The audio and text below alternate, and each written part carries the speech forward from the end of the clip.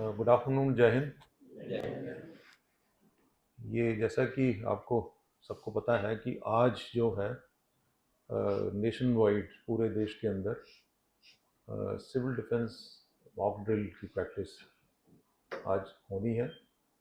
और बेसिकली जो purpose of mock drill है, बेसिकली जो पर्पस है मॉक ड्रिल का, वो ये है कि सो दैट कि each and every citizen of Bharatvarsh, Bharat का हर नागरिक ये जाने कि इन case of emergency, specially war type of emergency जो है, हम अपने को और अपनी प्रॉपर्टी को, अपने फैमिली को, अपने रिश्तेदारों को, अपने सोसाइटी को, अपने मोहल्ले को, अपने टाउन को, अपने स्टेट को, अपने कंट्री को कैसे बचाएंगे, हमारा क्या योगदान हो सकता है उसके अंदर एज एन इंडिविजुअल।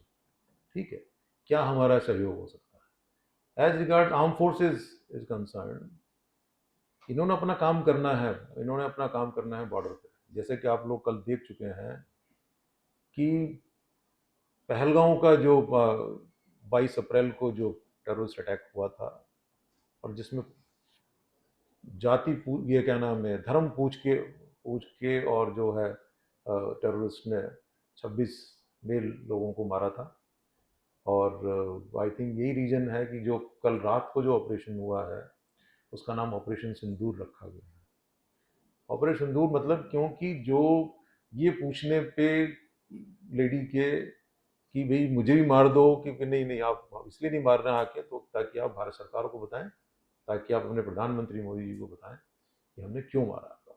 ठीक है, तो मुझे लगता है कि जो अटैक किया गया पाकिस्तान के या पीओके के जो 9 टेररिस्ट सेंटर्स हैं वहाँ पे, या ट्रेनिंग सेंटर्स हैं, उनका उसका रीजन ये होने के ये चांसेस है, या यही रीजन हो सकता है ऑपरेशन सिंदूर। आपने देखा होगा कि जो ब्रीफिंग की है आज, वो भी लेडी ऑफिसर्स ही हैं ब्रीफिंग करने वाले।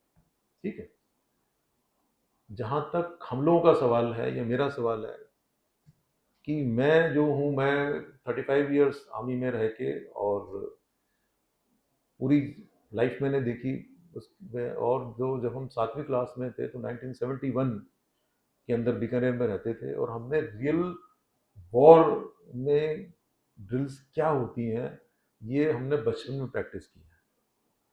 तो अपने उस एक्सपीरियंस को ध्यान में रखते हुए, और अपने जो है 35 ईयर्स काम फोर्स का एक्सपीरियंस को ध्यान में रखते हुए, और what ever I have learn with you people और अमंग यू पीपल, ठीक है, वो मैं अपना एक्सपीरियंस आप लोगों के साथ में शेयर करने जा रहा हूँ। और तो एज रिगार्ड्स जो है सिविल डिफेंस इज कंसर्न, तो सिविल डिफेंस बेसिकली क्या है, जी it is protection of civilians या non arm forces, non combatant people, ठीक है, and their property is known as civil defence. ठीक है, who is supposed to be doing the civil defense? The civil defense department is there, fire department is there, home guard department is there, armed forces, military is there, ठीक है, paramilitary forces are there, local police is there, all these organizations, ठीक है, disaster management department is there.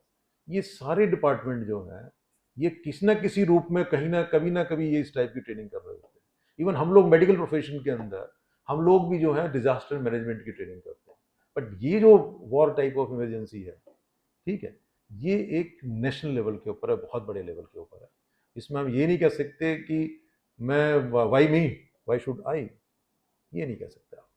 ठीक है, इसमें each and every one of us, each and every citizen of Bharatvarsh को इसमें participation is a must.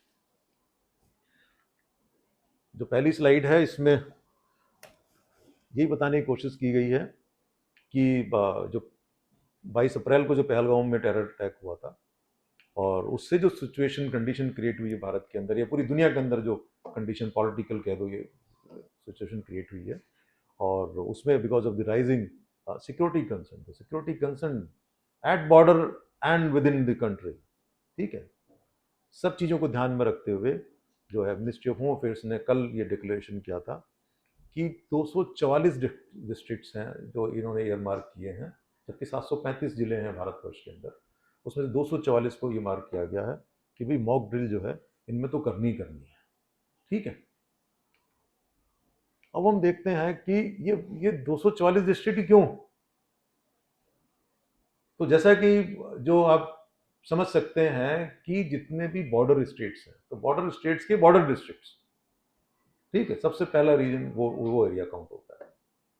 दूसरा area count होता है जैसे कि जो या दो रीजन में जो जैसे कि जो कि जिनकी स्ट्रेटेजिक रेलेवेंस है, जिन जगहों की वो रेलेवेंस, जो वो टाउन या वो शहर या वो जो मेट्रो सिटी है या जो भी प्लेस है, इवन आइसोलेटेड प्लेस है, उसकी स्ट्रेटेजिक इंपॉर्टेंस क्या है, ठीक है, और उसको कितना रिस्क हो सकता है, ठीक है।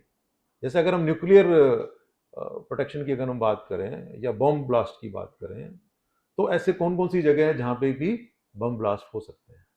सबसे पहला रीजन है जो है, आपको कह सकता है कि सबसे पहले कौन सी आपके दिमाग में कौन सी ऐसी जगह आती है कि जहां पे जो है most important place in Bharat, India, ऐसा कौन सा जगह है जहां पे कि capital, NCR, national capital region basically, ठीक है। रीजन नहीं कि पॉलिटिकल कैपिटल ऑफ भारत है, ऐसी कोई दूसरी जगह किसी के दिमाग में आ रही है? बॉम्बे। क्यों? क्योंकि वो इकोनॉमिक कैपिटल ऑफ भारत है। इसी हिसाब से जो आपके बड़े बड़े जो टाउन्स हैं, जैसे कैलकाटा है, चेन्नई है, आपका बैंगलोर है, बैंगलोर आपका आईटी अब काउंट होता है, जहाँ पे कि अगर कुछ प्रॉब्लम आ जाए यहाँ पे, अगर वहाँ पे आप रेड कर देते हैं, बॉम्ब ब्लास्ट कर देते हैं या कोई बहुत बड़ी मेजर एक्टिविटी कर देते हैं, तो आपके पूरे भारतवर्ष के ऊपर एक्टिविटी पे फर्क पड़ सकता है, ठीक है। ये बेसिकली स्ट्रेटेजिक लोकेशंस हैं कुछ, कि जहाँ पे इनफैक्ट मुझे अभी भी याद है कि मैं तो इस टाइप की प्रोजेक्ट में इन्वॉल्व रहा हूँ कि इन case of nuclear this thing, अगर प्रॉब्लम होती है भारतवर्ष के साथ, तो कहाँ कहाँ पे डीकंटामिनेशन सेंटर्स होंगे, ठीक है। इनफैक्ट इस सब्जेक्ट पे मैंने, when I was in uniform 2005 के अंदर, I worked on this topic और ऑन दिस सब्जेक्ट, कि वेयर टू, मतलब कहाँ पे हम थ्रेट पर को परसेप्ट करते हैं और कहाँ पे इन केस ऑफ न्यूक्लियर अगर अटैक होता है तो कहाँ पे डीकंटामिनेशन सेंटर्स बनाए जाएंगे, ठीक है। डीकंटेनमेंट सेंटर आप समझ सकते हैं कि जहाँ पे भी न्यूक्लियर ब्लास्ट होगा वहाँ पे रेडिएशन होंगे, ठीक है। और वहाँ पे जो कंटेमिनेट होंगे या जो बच जाएंगे लोग या जो भी चीज़ बच जाएगी, चाहे इंसान हो चाहे प्रॉपर्टी हो, उनको डिकंटेमिनेशन कैसे किया जाएगा, कहाँ किया जाएगा, क्या मैन पावर की रिक्वायरमेंट होगी। I already work on this project while I was uniform, ठीक है। बट कीपिंग दैट असाइड, जो जो जो हम लोग, तो एक तो स्ट्रेटेजिक रेलेवेंस और रिस्क प्रोफाइल, कितना रिस्क है जो है उस एरिया को। तो रिस्क प्रोफाइल अगर देखा जाए तो जितने बॉर्डर टाउन्स हैं, आप श्रीनगर से लेके, उड़ी से लेके, जम्मू से लेके, सांबा से लेके, पठानकोट से लेके, अमृतसर से लेके, अबोर, फाजिलका, बीकानेर, जैसलमेर, बाड़मेर से चले जाइए बॉर्डर के साथ, ठीक है। तो ये पूरा जो है ये रिस्क प्रोफाइल, इनका रिस्क बहुत ज़्यादा रिस्क है। अगर थल सेना का अटैक होता है तो ये बहुत ज़्यादा वनरेबल है। आप जो है, अगर नेवी की बात करते हैं तो जो भी आपके नेवल बेसिस हैं, ठीक है, चाहे वो बॉम्बे ले लो, चाहे आप वाइजैक ले लो, चाहे आप कलकत्ता ले लो, ठीक है, सारे के सारे वनरेबल हैं, ठीक है। तो कहने का मतलब उनको ध्यान में रखते हुए इस टाइप की जो है 735 जो टोटल डिस्ट्रिक्ट है उसमें से 244 डिस्ट्रिक्ट को सरकार ने, होम मिनिस्टर ने आदेश दिया है, स्टेट्स को, यूनियन टेरिटरीज को। आप देखो तो गोवा का नाम भी उसके अंदर आता है, ठीक है, क्योंकि नेवल बेस है वो, कि जहाँ पे कि जहाँ के आम नागरिक को भी ट्रेनिंग की रिक्वायरमेंट है, सिर्फ आर्म फोर्सेस को नहीं है कि सब नेवी को, आर्मी को, एयरफोर्स को नहीं है, वहाँ के आम नागरिक को ट्रेनिंग की रिक्वायरमेंट है कि भाई इन केस ऑफ अगर कोई वहाँ प्रॉब्लम आती है तो वो कैसे खुद को बचाएंगे, अपने बच्चों को बचाएंगे, अपनी प्रॉपर्टी को बचाएंगे, ठीक है, और कैसे कंट्री की वॉर में अपना अपना कंट्रीब्यूशन देंगे, ठीक है। व्हाट इज सिविल डिफेंस, जैसे मैंने अभी आपको बताया था पहले भी, कि it is basically an effort to protect the citizens of a state and their property, ठीक है। तो क्या क्या है इसमें, किस किस चीज से सिविल डिफेंस की रिक्वायरमेंट होती है, कि अगर मैन मेड, ह्यूमन मेड या मैन मेड इमरजेंसीज और द नेचुरल डिजास्टर्स, उस समय पे हमें आपको जो है सिविल डिफेंस की रिक्वायरमेंट होती है, सिविल डिफेंस की ट्रेनिंग की रिक्वायरमेंट होती है या ट्रेंड लोगों की सहायता की रिक्वायरमेंट होती है। इसमें स्लाइड में आप देख सकते हैं कि जो मैन मेड है या ह्यूमन मेड है, उसमें war emergency, terrorist attack, major fire अगर कहीं ब्रेक आउट होता है, या आपकी जो ऑयल रिफाइनरीज वगैरह हैं इसमें अगर कभी मेजर कुछ होता है, ठीक है, या नेचुरल का आप देखो अर्थक्वेक, हम लोग देख चुके हैं, सुनामी हम लोग देख चुके हैं।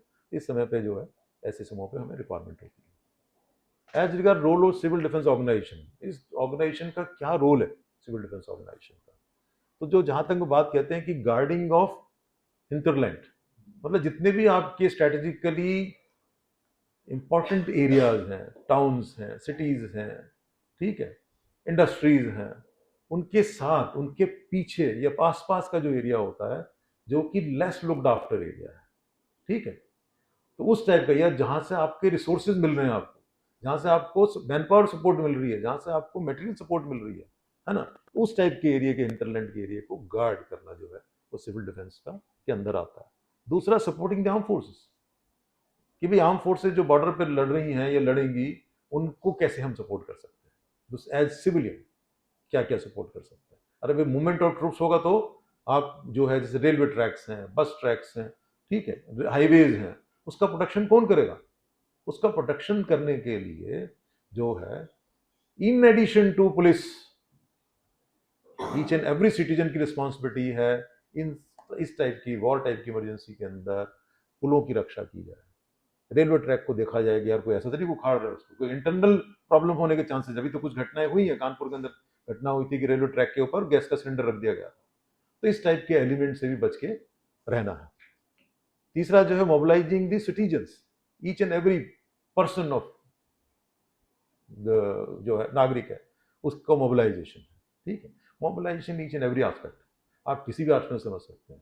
आपको मोरल बूस्टिंग के लिए है, कैजुअलिटी इवैक्यूएशन के लिए है, जो मैंने सभी बताया कि प्रोटेक्शन ऑफ इंपॉर्टेंट स्टैब्लिश्ड के पॉइंट ऑफ व्यू से है, ठीक है। इन केस ऑफ आपको शिफ्टिंग करनी पड़ जाती है, इवैक्यूएशन करना पड़ जाता है, ठीक है, किसी बड़े ऑर्गेनाइजेशन को, कि भाई इसको, तो उस सिचुएशन के अंदर कौन काम करेगा? जो है, जो हमारे जो सिटीजन्स हैं, नागरिक हैं, वही काम करेंगे।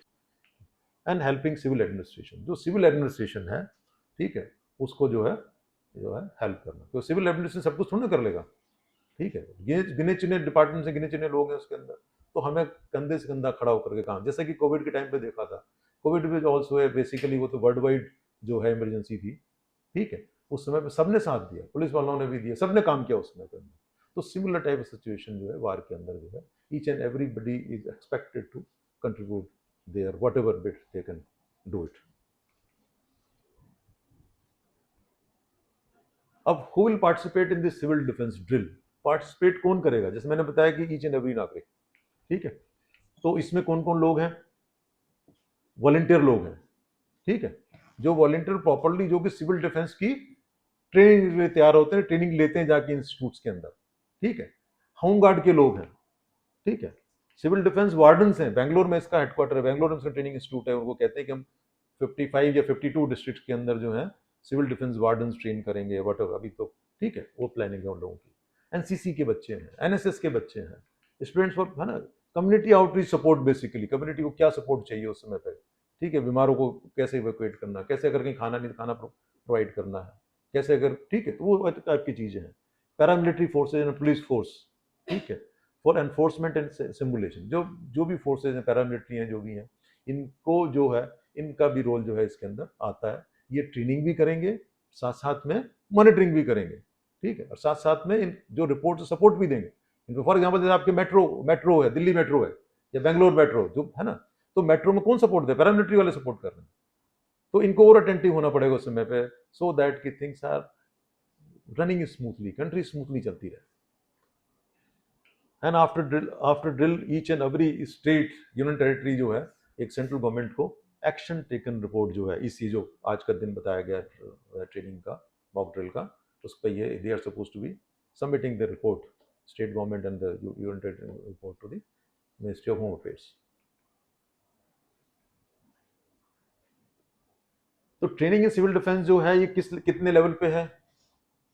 लोकल लेवल पे जो ट्रेनिंग है, टाउन के लेवल पे ट्रेनिंग है, ठीक है, स्टेट लेवल पे है और नेशनल लेवल के ऊपर।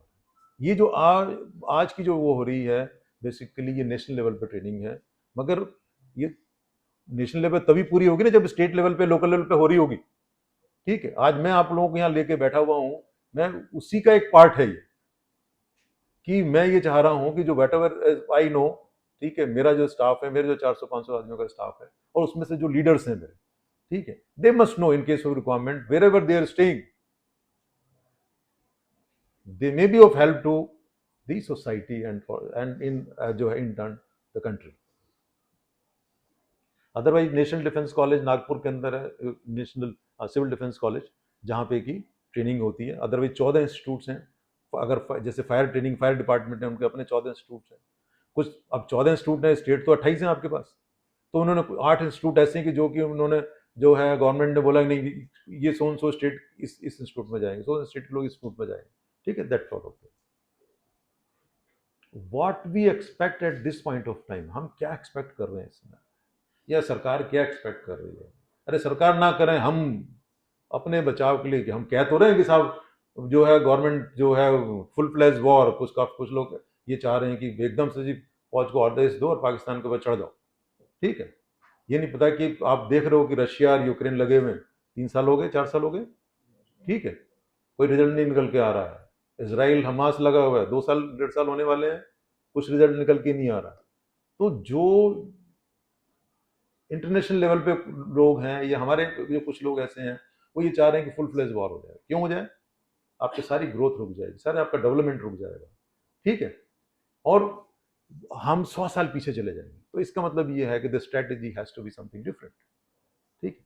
जैसा कि गवर्नमेंट ने कहा कि पानी रोक दो, पानी को, जो हमारा पानी है हम अपने खुद इस्तेमाल करेंगे, नहीं देंगे, खत्म था। ये बहुत बड़ा है, बिना गोली चलाए आप बहुत बड़ा एक्शन आप ले रहे हो, ठीक है। तो कहने का मतलब ये है कि अब हम क्या एक्सपेक्ट कर रहे हैं इन सच टाइप ऑफ सिचुएशन। हमने ऑपरेशन सिंदूर भी कर दिया, अब हम क्या उम्मीद करते हैं? हो सकता है कल को जो है हम ना करें, उधर से अटैक हो जाए, ठीक है। इंटरनेशनल लेवल पे क्या चल रहा है, या पाकिस्तान के लेवल पे क्या चल रहा है, ठीक है। तो हम क्या एक्सपेक्ट करते हैं कि ऐसे समय पे एयर रेड हो सकते हैं। क्या हो सकते हैं? एयर रेड हो सकते हैं। मुझे अभी भी याद है कि बीकानेर में 1971 की वॉर के अंदर जो पाकिस्तानी एयरक्राफ्ट थे, मुझे उस एयरक्राफ्ट का नाम नहीं पता, वो रेलवे लाइन, जो बीकानेर की रेलवे लाइन है, जो बॉर्डर की साइड से आ रही है, उस रेलवे लाइन से करीब 20-30 फीट ऊपर फ्लाई करते हुए आया था। और नाल एयरपोर्ट जो है, नाल एयरपोर्ट है, बीकानेर का जो एयरपोर्ट है उसका नाम है नाल, वहां पे बम फेंक के गया।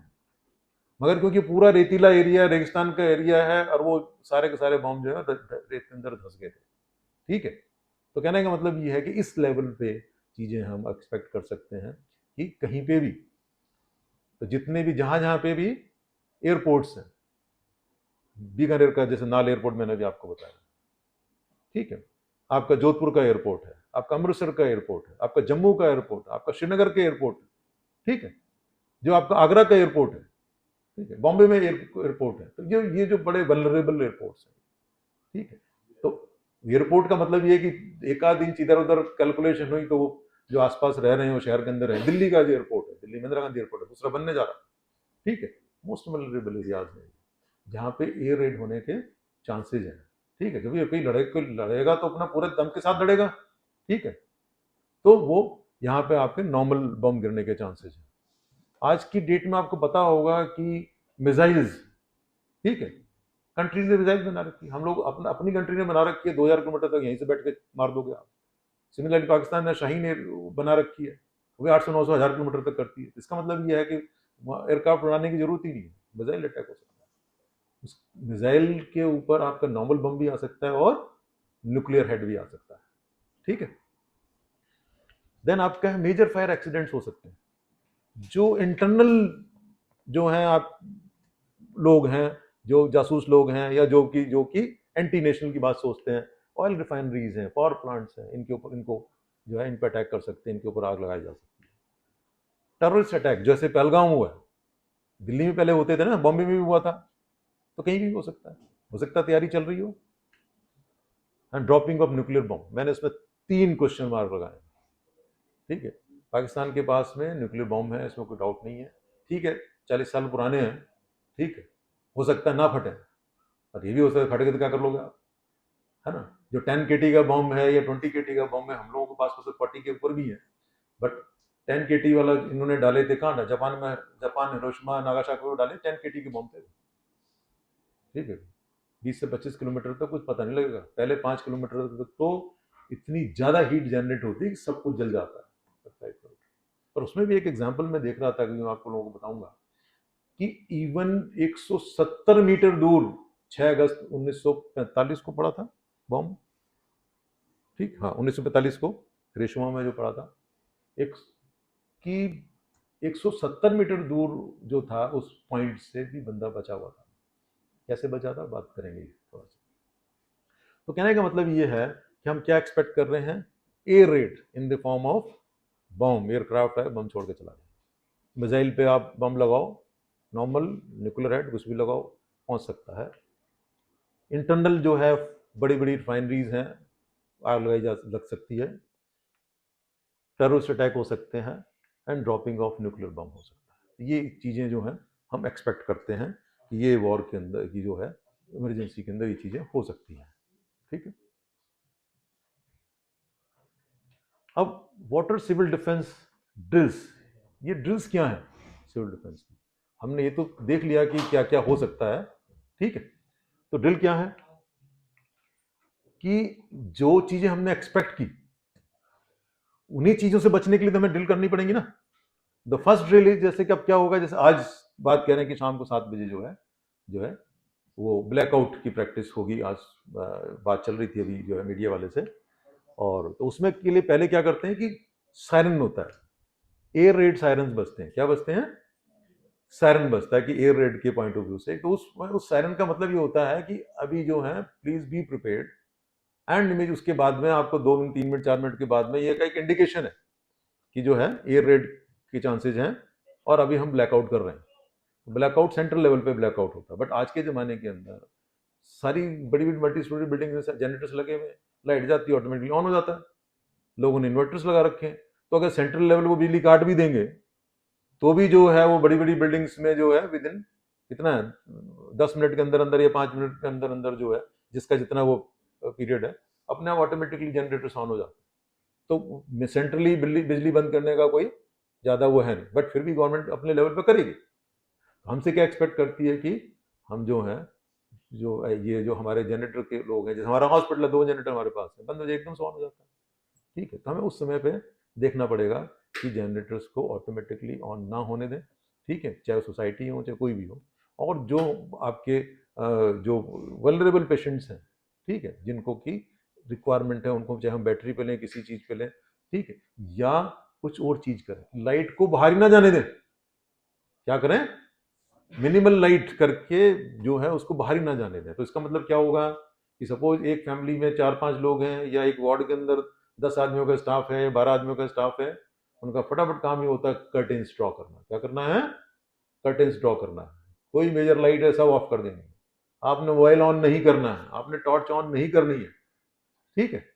आपने अगर कोई पूजा का दिया लगाने के मूड में है या जल रहा है उसको बंद कर देना। रीजन मीन कि अगर किसी का मन हो रहा है कि मैं सिगरेट पीऊंगा बीड़ी पीऊंगा, तो वो जो उसकी जो सिगरेट बीड़ी की जो जो है लाइट, वो भी आपके सेंसर उसको जो है एक्सेप्ट कर लेंगे, ले लेंगे कि हाँ दिस इज द साइट, यहाँ कुछ बेवकूफ लोग रहते हैं, ठीक है, this is the right place to drop a bomb, ठीक है।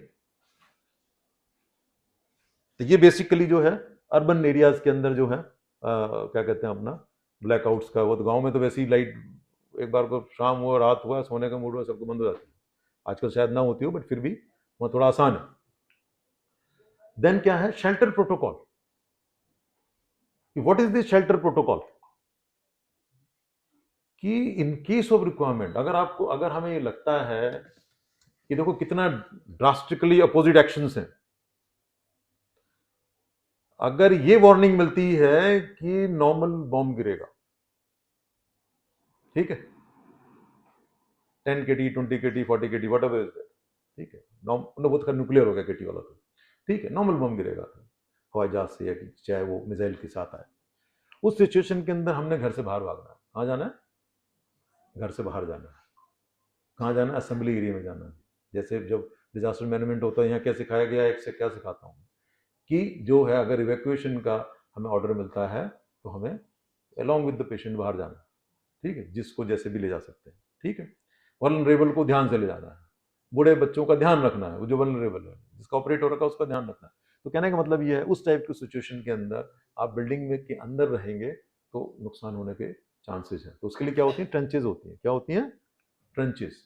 तो ये जब जिस दिन होगा ना उस दिन पहले सबको पता लग जाएगा, अपने आप लोग ले करके अपनी ट्रेंच खुद खोद लेंगे। अभी भी याद है 1971 वॉर में, हम तो छोटे से ही थे, हम लोगों ने भी अपना योगदान दिया था ट्रेंच खोदने में। पता था, बता दिया गया था कि भाई रात को इसी में जेड शेप की और एन शेप की और वाई शेप की, ठीक है, एम शेप की ट्रेंचेस जो थी घर से 50 मीटर के ऊपर खोदी गई थी।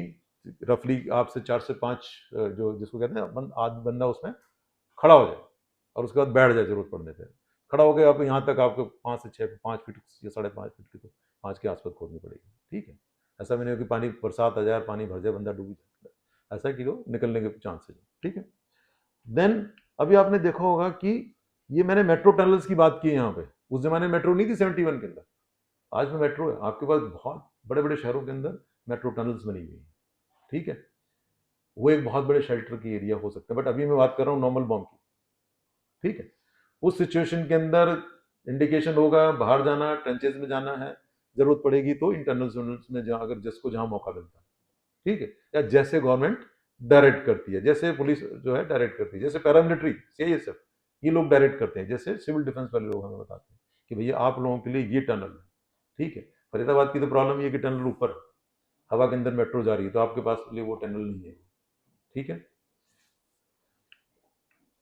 फिर जो है अब ये बेसमेंट ऑफ द बिल्डिंग, लेकिन अगर न्यूक्लियर हिट के चांसेज हैं, वेदर ऑन मिसाइल और थ्रू एयरक्राफ्ट, ठीक है, उस सिचुएशन के अंदर अंदर भागना, क्या करना है, अंदर आना।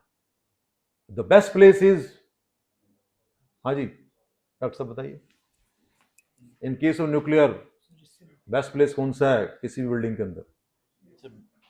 बेसमेंट। बेसमेंट। अरे हम सब डॉक्टर लोग हैं, रेडियोथेरेपी के जितने भी मशीन लगा रहे हैं, रेडियो है ना, सारे काम होते हैं बेसमेंट में होते हैं। क्यों लगाते हैं? ताकि उसका रेडिएशन बाहर ना जाए, जमीन के अंदर ही रहे, धरती माता उसको सोख ले, ठीक है। इसका मतलब ये है कि जहाँ जहाँ पे भी बेसमेंट अवेलेबल है, ठीक है, इन केस वार्निंग हमें मिलती है न्यूक्लियर अटैक की, ठीक है, उस सिचुएशन के अंदर अंदर आना है, बेसमेंट के अंदर जाना है। कोशिश ये रहे दरवाजे खिड़कियों के आसपास ना रहे, ठीक है।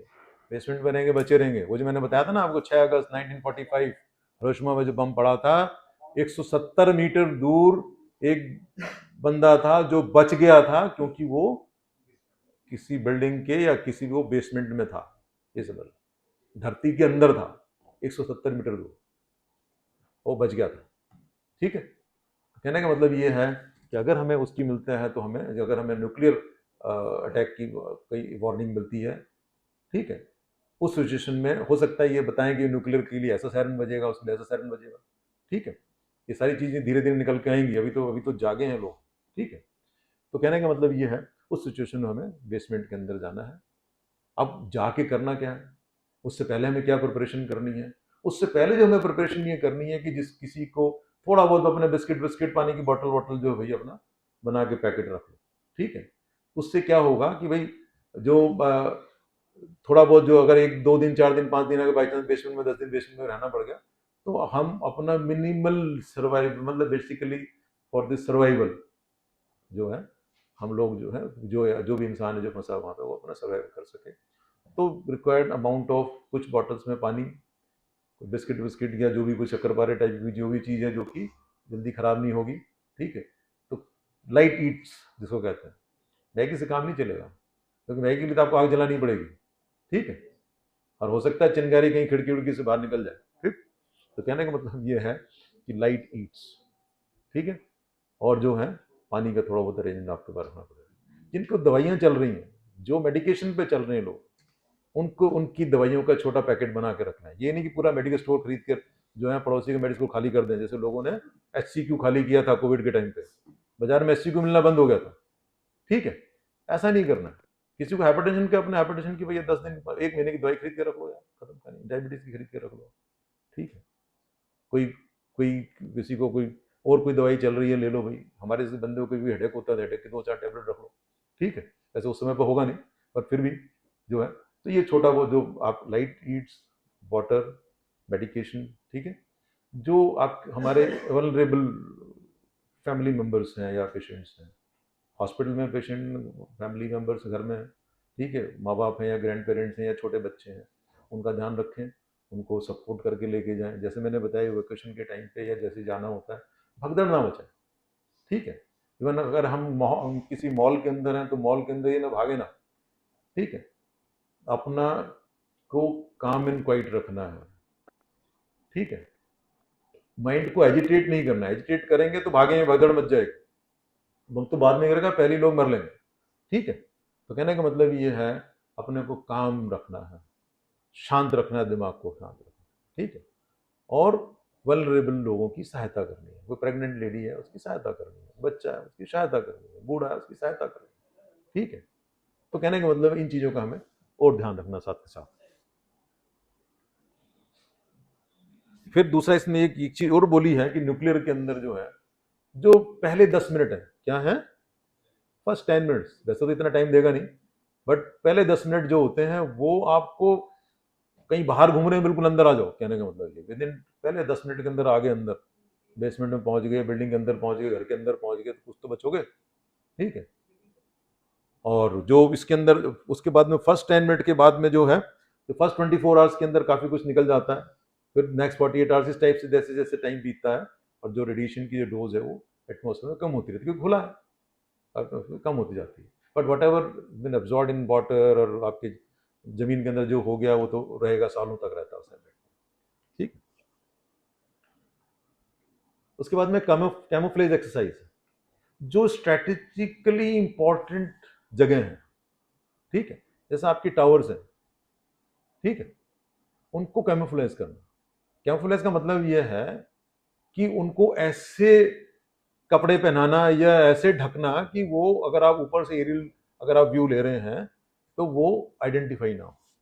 आपने देखा होगा कि जो वॉर के अंदर जब फौज जाती है तो वो हेलमेट होता है, उसमें वो जो है ना चितकबरे जो है क्या कहते हैं, अपने कैमोफ्लेज ड्रेस में नहीं जाती है, हेलमेट हेलमेट होता है, ताकि और जिस टाइप के एरिया में रहते हैं उस टाइप के एरिया का कलर का कपड़ा चुना जाता है। सिमिलरली बड़े बड़े इंस्टॉलेशन है, बड़ी बड़ी बिल्डिंग्स हैं, ठीक है, स्पेशली कम्युनिकेशन टावर्स, ठीक है, स्पेशली आपके जो पावर जनरेशन प्लांट्स हैं, अब कैसे करते होंगे वो उनको पता है कि कैसे करना कैसे नहीं करना है, ठीक है।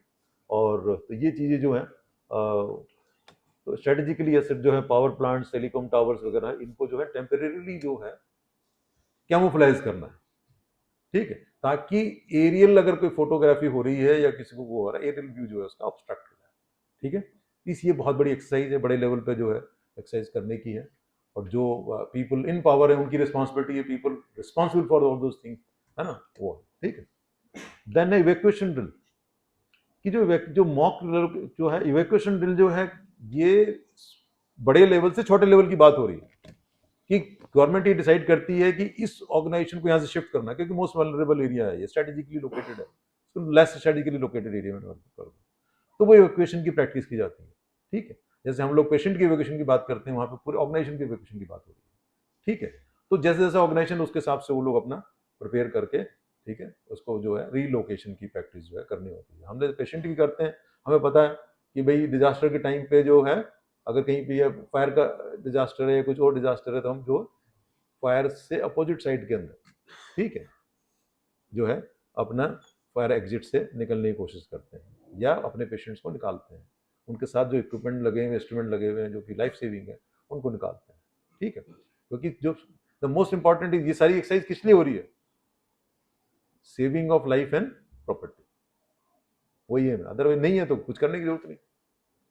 Then a public training sessions, जो पब्लिक ट्रेनिंग सेशंस कहाँ कहाँ पे हो सकते हैं, स्कूलों में हो सकते हैं, कॉलेजों में हो सकते हैं, हॉस्पिटल्स में हो सकते हैं, बड़ी बड़ी फैक्ट्रीज में होते हैं, ऑर्गेनाइजेशन में हो सकते हैं, ऑफिस में हो सकते हैं, मॉल्स में हो सकते हैं, ठीक है, वेरेवर ह्यूमन बीइंग एग्जिस्ट वहां हो सकते हैं, ठीक है। मैं हॉस्पिटल में हम लोग काम कर रहे थे, मैं आप लोगों को बताने की कोशिश कर रहा हूँ। मॉल के अंदर जो मॉल के ऑर्गेनाइजेशन वाले लोग हैं, वो तो वहां पे जो लोग हैं उनको अपना बताने की कोशिश करेंगे, वीडियो लगाएंगे, whatever way they want to, है ना, उनके पास तरीका बताने का, ठीक। तो कहने का मतलब ये है। और बाकी स्कूल के बच्चे हैं, हमें अभी भी याद है कि हमने तो बीकानेर में मेरे ख्याल से 9th 10th में हमने देखा था कि ये सिविल डिफेंस वाले वो करते थे, कैसे कैजुअलिटी फायर होगी तो कैसे फायर को बुझाना है, कैसे जो है वहाँ से कैजुअलिटीज को नीचे लेके आना है, ठीक है। तो कहने का मतलब ये नीचे लेके जाना है, निकालना है, हटाना है, एवोकेट करना है, ठीक है, कैसे फर्स्ट एड देनी है, ठीक है। अब हम लोग के मेडिकल वाले हैं, ठीक है, तो हम लोगों को जो है ऐसा ही मौका आ सकता है कि हम अपने एरिया में अपने अपने एरिया में फर्स्ट एड देनी पड़े। उसमें ये नहीं कर सकते मैं तो पार्क में काम करता हूँ जी मैं इनको क्यों दूँ ना, वट एवर वी नो, ठीक है, वो जो है हमने जो है, तो इसमें क्या क्या आ गया, इवैक्यूएशन आ गया, फर्स्ट एड आ गई है, ठीक है, फायर कैसे बुझाने की जरूरत पड़ने वो आ गया है, कैसे हेल्प करनी है वो आ गया दूसरे की, ठीक है। तो इस टाइप की ट्रेनिंग जो है मैंने बता देना आपको, फर्स्ट एड शेल्टरिंग प्रैक्टिस, जैसे मैंने आपको बताया जो 10 चीजें हैं, जेट शेप की, एम शेप की, एन शेप की, वाई शेप की, ठीक है। इन केस ऑफ नॉर्मल बम का है तो उसमें घुसना है, न्यूक्लियर है तो वापस आना है, बेसमेंट में घुस जाना है, बिल्डिंग के अंदर आना, कवर्ड एरिया में आना, कहने का मतलब, ठीक है।